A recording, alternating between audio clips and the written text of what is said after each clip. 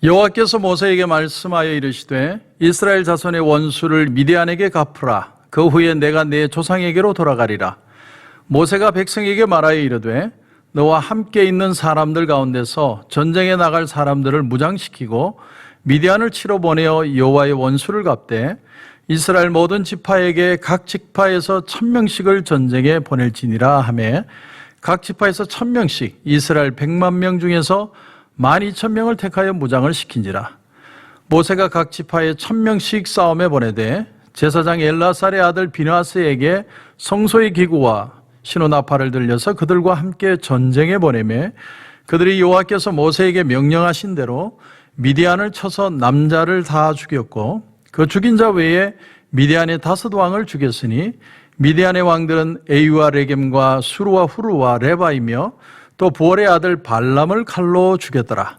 이스라엘 자손이 미디안의 부녀들과 그들의 아이들을 사로잡고 그들의 가축과 양떼와 재물을 다 탈취하고 그들이 거처하는 성읍들과 촌락을 다 불사르고 탈취한 것, 노력한 것, 사람과 짐승을 다 빼앗으니라. 그들이 사로잡은 자와 노력한 것과 탈취한 것을 가지고 여리고 맞은편 요단 강가 모압 평지의 진영에 이르러 모세와 제사장 엘라살과 이스라엘 자손의 회중에게로 나오니라. 아멘. 오늘 2절에 다시 보면 이스라엘 자손의 원수를 미디안에게 갚으라. 그 후에 내가 내 조상에게로 돌아가리라. 가나안 정복을 앞두고서 마지막 가나안에 들어가기 전에 모세에게 마지막 미션, 라스트 미션을 주십니다. 그것이 뭐냐면 미디안을 정복하라는 거예요. 미디안을 쳐서 정복해라. 레위기 19장 18절에 보면 원수를 갚지 말라는 말씀이 나옵니다. 그런데 왜 하나님은 원수를 갚게 하셨을까? 오늘 본문의 이 원수를 갚으라는 개념은 개인적인 원수를 갚으라는 게 아니라 하나님과 백성을 욕되게 하는 공동체적인 원수이기 때문에 그 원수를 갚으라는 거예요. 그들이 이 원수를 갚지 않고 이들을 살려두면, 이들이 계속 있으면 내 하나님의 백성을 유혹해서 그들이 다 넘어지게 할 것이기 때문에 그들을 치라고 말씀을 하십니다. 미디안 족속이 누굽니까? 그들 이스라엘 백성들 남자들을 유혹하여 그 여인들과 간음을 하게 되고 그 사건을 통해 24,000명이 전염병으로 죽음을 당하고 많은 고통과 어려움을 당하게 됩니다. 그러니까 이 전쟁은 눈에 보이는 전쟁이 아니라 영적 전쟁이에요.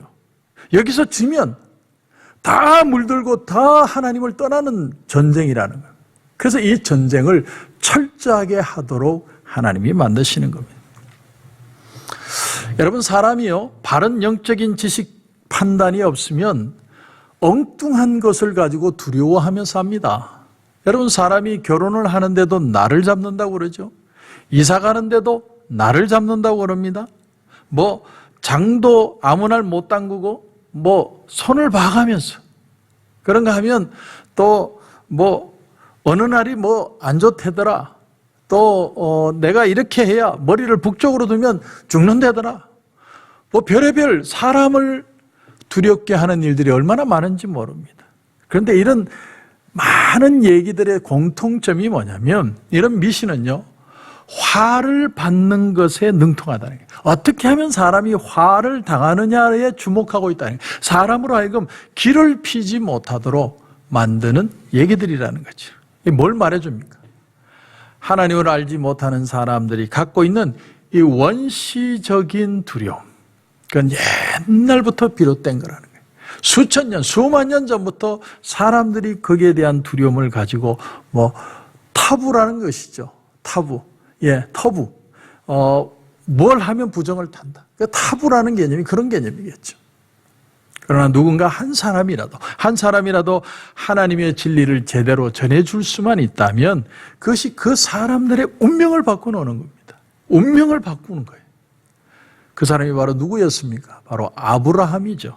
아브라함 한 사람이, 그 조상 한 사람이 하나님 앞에 헌신하고 하나님을 믿었더니 그 사람을 통해 하나님의 축복이 흘러들어오는데, 하나님 앞에 순종함을 통해 하나님의 형통함을 배우게 되고, 그 믿음을 후손들이 본받아 그 믿음 안에서 하나님의 은혜를 대대로 잊고 살 수 있도록 만들 뿐만 아니라 그 말씀을 배울 수 있는 길을 열어주셔서 그 말씀이 이 세상의 머리가 되도록 하나님께서 인도해 가신다. 그런 놀라운 축복을 하나님이 허락해 주신 겁니다. 이들은 남들이 갖지 못한 걸 가졌습니다. 그것이 뭡니까? 하나님의 말씀, 율법, 십계명, 하나님의 약속. 여러분, 십계명이라는 게 아주 단순해 보이지만 이 십계명과 같은 계명조차 가지지 않은 민족이 얼마나 많은지 모릅니다. 그리고 오늘날 이 땅에 일어나는 많은 사건들을 보시면 다 십계명에 포함되는 얘기들이에요. 도둑질하지 말라, 살인하지 말라, 간음하지 말라, 거짓 증거하지 말라, 우상을 만들지 말고 다른 신을 섬기지 말라, 부모를 공경하라. 다 보면 이런 문제로 인해서 인간에게 야기되는 수많은 사건들을 우리가 보는 겁니다. 그러니까 아주 작은 규칙이지만 이 십계명이라는 말씀이 얼마나 귀한 가이드라인이 되는지 우리가 볼 수 있습니다. 십계명만 잘 지켜도 사람의 삶이 확 변하는 것을 느낄 수 있겠죠. 로마서 9장 4절에 보면 그들은 이스라엘 사람이라 그들에게는 양자됨과 영광과 언약들과 율법을 세우신 것과 예배와 약속들이 있고, 이스라엘 백성들, 그들에게 하나님이 주신 것이 뭐냐면 양자되는 것, 하나님의 아들로 칭해 주는 거죠. 원래는 아들이 아닌데 하나님의 아들이라고 여겨주는 거예요. 완전히 똑같은 아들, 영광, 언약들, 율법을 세우신 것과 예배와 약속들. 하나님이 그것을 통해서 그 말씀을 붙들고 믿음으로 살고 순종하며 사는 그 삶을 통해 으뜸이 되는 민족으로 하나님이 만들어주신 거예요. 여러분, 사실 머리로 따지면 유대인들보다 한국 사람들이 더 똑똑하다고 그러죠. 근데 하나님이 유대인들을 축복하신 거예요. 수많은 인재를 배출하는 걸 우리가 볼 수 있습니다. 마치 좋은 가위 선생님이 몇 군데만 툭툭툭툭 건드려주면 학생의 실력이 확 늘어나는 것처럼 하나님이 그렇게 가이드라인을 몇 가지 주는 것만으로도 사람의 인생의 길이 달라지는 것을 우리가 경험하게 되는 것입니다. 그래서 오늘 본문에 보면 하나님이 이제 영적 전쟁을 하게 하십니다. 영적 전쟁. 백성들이 싸움에 나갈 사람들을 각 지파마다 1000명씩 차출을 해서 12,000명을 만들어, 그리고 그들과 미디안이 싸우도록 하십니다. 그리고 나갈 땐 제사장 비나스를 통해서 성소의 기구와 나팔을 들고 나와서 싸우게 합니다. 그 결과 미디안의 5명 왕을 다 죽이고, 그때 발람도 죽였다고 그랬습니다. 거짓 선지자 발람도 이때 죽습니다. 전쟁에 제사장이 참전하고 성소의 기구가 동원된 것은 하나님의 큰 도움이 있어야만 전쟁에 승리할 수 있다는 사실을 우리에게 보여주고 있습니다. 사무엘상에 보면, 4장인가요? 보면 그 엘리의 두 아들 홈니와 비나스가 블레셋과 싸움을 할 때 그 격렬한 전쟁에 법궤를 들고 나가서 싸우는 장면이 나옵니다. 그런데 그 전쟁에 졌습니다. 지기만 한 게 아니라 홈니와 비나스는 전쟁터에서 죽고 법궤는 또 빼앗겨버려요.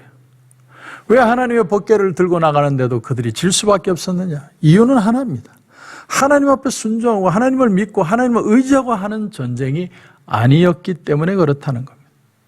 그러므로 이 사건이 우리에게 주는 중요한 교훈이 2가지가 있습니다. 첫째는 영적 전쟁에 준비해야 한다는 거예요. 준비해야 한다. 2번째, 영적 전쟁의 승리는 하나님이 도우셔야 이길 수 있다는 거예요. 하나님이 도우셔야 이길 수 있다.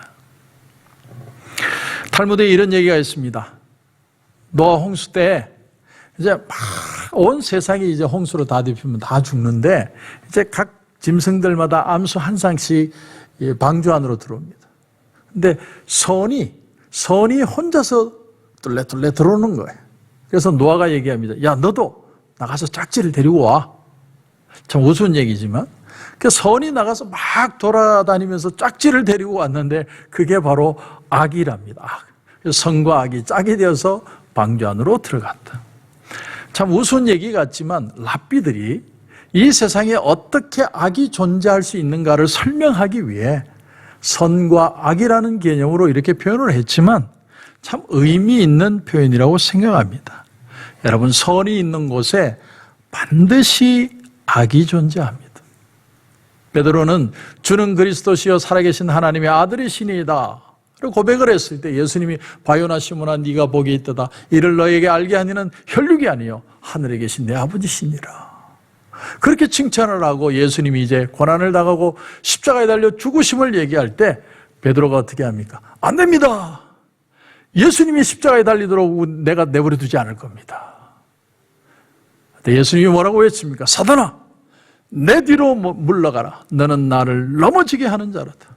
네가 하나님의 일을 생각하지 않고 도리어 사람의 일을 생각하는도다. 사람의 의협심을 가지고 하나님의 일을 이루는 게 아니라 하나님을 믿고 하나님의 일을 하는 것이라는 것이죠. 그런가 하면 다윗도 교만이 들어가니까 인구 센서스를 하지 않습니까? 인구 센서스를 통해서 자기가 얼마나 능력이 있는지를 가늠하고 싶었던 겁니다. 하나님이 그것을 책망하시죠. 그래서 하루 만에 언역으로 3일 만에 언역으로 7만 명이 죽습니다. 여러분, 사단은 주님도 공격을 했어요. 주님이 40일 광야에서 금식하실 때도 사단이 와서 시험을 합니다. 하나님은 우리의 신앙이 풍성해지기를 원하십니다. 하나님은 우리를 축복하시기 전에 우리의 그릇을 키우세요. 왜냐하면 믿음의 그릇이 커져야 거기에 담을 게 많기 때문에 믿음의 그릇을 키우는 겁니다. 그런데 그릇을 키우는 자리에 반드시 시험이 따르는 거죠. 그 사단의 시험, 마음의 시험, 관계의 시험, 환경적인 시험, 수많은 시험이 우리로 하여금 무너지게 할 수 있다는 거예요. 그때 우리가 할 수 있는 일은 예수 그리스도를 의지하는 길밖에 없습니다. 예수는 나의 힘이요 내 생명 되시니 구주 예수 떠나가면 죄 중에 빠지리. 예수님이 떠나가면 우리는 죄에 빠질 수밖에 없어요. 그게 약한 우리 인간의 현주소라는 거예요. 그래서 오늘 이 미디안과의 전쟁에도 하나님은 제사장을 앞세우게 합니다. 제사장을 앞세우는 건 제사장이 대단해서가 아니라 하나님을 의지하고 하는 전쟁이라는 뜻이죠. 하나님의 말씀, 하나님의 그 은혜를 붙들고 우리는 나갑니다. 이 고백을 가지고 전쟁을 한다는 것이죠. 자, 그런데 여러분 14절을 보십시오. 14절을 보시면 모세가 군대의 지휘관 곧 싸움에서 돌아온 천부장들과 백부장들에게 노하니라. 모세가 그들에게 이르되 너희가 여자들을 다 살려두었느냐. 전쟁에서 이 미디안 여자들을 다 살려서 데리고 왔다는 거예요. 이 모습에 모세가 아주 격분했습니다. 그런데 16절을 보면 그 이유가 나오죠. 보라, 이들이 발람의 꾀를 따라 이스라엘 자손을 부올의 사건에서 여호와 앞에 범죄하게 하여 여호와의 회중 가운데 연병이 일어나게 하였느니라. 그들은 얼마 전에 미디안의 여인들의 유혹을 받아 음욕을 품어서 그들과 간음하고 우상을 섬기게 되고 그래서 24,000명이 죽음을 당하고 얼마 지나지 않았는데 또 전쟁하고 미디안 여자들을 또 데리고 왔다라는 거예요. 뭘 말해주느냐면 우리 인간에게서 죄악을 끊어내기가 그만큼 힘들다는 거예요. 그래서 모세가 어떻게 합니까? 모세는 잡혀온 포로들 중에 아이들이나 여자들 중에도 혼인을 했거나 남자를 아는 여자는 다 죽이고 순수한 처녀들만 남겨두게 합니다. 이게 바로 영적 싸움이라는 거예요. 철저하게 끊어내지 않으면, 철저하게 내치지 않으면 내가 물들어서 내가 넘어지고 마는, 그것이 바로 영적 전쟁이라는 것이죠. 옛날 중국 위나라의 계량이라는 사람이 어느 날 길을 가고 있는데 마차가 한 대가 막 달려오는 거예요. 그래서 제가 지금 초나라로 가려는데 초나라로 가려면 어떻게 가야 됩니까? 마차를 세우고 질문을 한 겁니다. 그랬더니 마차 주인이 그러려면 남쪽으로 가야 됩니다. 내가 그쪽으로 가는데 같이 태워드릴게요. 타십시오. 그래서 계량이 마차를 타고 같이 갑니다. 가는데 아무리 가도 이상하게 남쪽으로 가는 게 아니고 북쪽으로 가는 것 같아요. 그래서 이상합니다. 이게 지금 북쪽으로 가는 거 아닙니까? 그랬더니 그 마차 주인이 껄껄 웃으면서 하는 말이, 아이, 걱정하지 마시라. 우리 말이 얼마나 잘 달린다고요. 결국은 달려서 남쪽으로 갈 거니까 걱정하지 마시라. 그래서, 아무리 그래도 그렇지, 여기는 초나라로 가는 길이 아닙니다. 그랬더니 주인장이 또 하는 말이, 아이고, 무슨 젊은 사람이 그래 걱정이 많으냐고. 내가 여비가 충분하다고. 내가 아무리 돌고 와도 결국은 남쪽으로 갈 테니까 여비 많으니 걱정, 당신은 푹 쉬십시오. 그때 계량이 또 말합니다. 아무리 그래도 그렇지 방향이 틀리면서 갈 수는 없지 않습니까? 그랬더니 그 주인이 하는 말이, 참 걱정 많으십니다. 내 마부가 얼마나 솜씨가 좋은데 솜씨가 좋아서 결국은 북쪽으로 남쪽으로 갈 테니까 걱정하지 마시라고. 결국은 계량이 그 마차를 세우고 마차에서 내립니다. 그리고 하는 말이 뒤에서 이렇게 중얼거렸답니다. 아무리 잘 달리는 말, 또 풍족한 여비, 경험 많은 마부가 있을지라도 방향이 다르니 영원히 초나라에는 다다르지 못하겠구나. 여러분, 여기 아주 중요한 의미가 있습니다. 오히려 말이 잘 달릴수록, 돈이 많을수록, 내게 능력이 많을수록 더 그곳으로 갈 수 없을 것 같다는 역설적인 얘기가 이 속에 있습니다. 우리는요, 천국을 향하여 가는 사람들이에요. 광야길을 지나 영적 가나안 땅 천국을 향해 갑니다. 우리가 여비가 많고 내가 세상에 경험이 많고 내가 이 세상에 누릴 것을 더 많이 생각할수록 사실은 하나님의 나라에 점점점 가까워지는 게 아니라 반대로 가기 쉽습니다. 우리에게는 얼마나 많은 영적인 전쟁이 있는지 모릅니다. 오늘 이 아침에도 내 마음을 붙들고 하나님 앞에 두려워하거나 놓지 못하거나 욕심을 가지거나 불안해하거나 내 마음에 근심하게 하는 것들이 있습니까? 하나님 앞에 내려놓을 수 있어야 합니다. 이건 영적 전쟁이에요. 하나님 앞에 클리해지면 클리해질수록 우리의 영혼이 맑아질수록 하나님의 길은 더 뚜렷하게 보이고 마음은 더 평안함을 얻게 됩니다.